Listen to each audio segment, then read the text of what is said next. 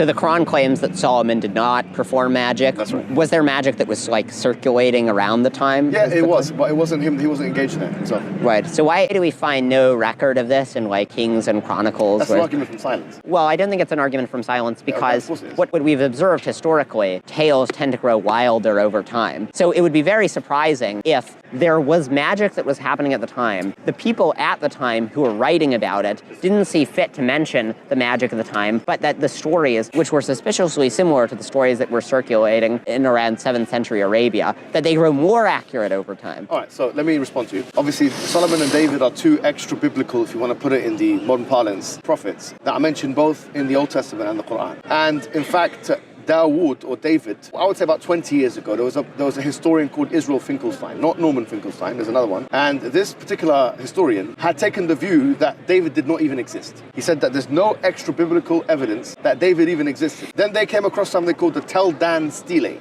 The Tel Dan Stele is basically a big piece of rock, which is mentioned in it, the House of David. So Israel Finkelstein, who was an atheist or secular historian, changed his mind upon seeing new information about David that wasn't there in the first place. Now, it's respected among historians of that period of time that David and Solomon, in fact, both existed. So this is in 20 years. That's why arguments from silence are very weak. Because in 20 years, historians can find some kind of a record, some kind of a rock.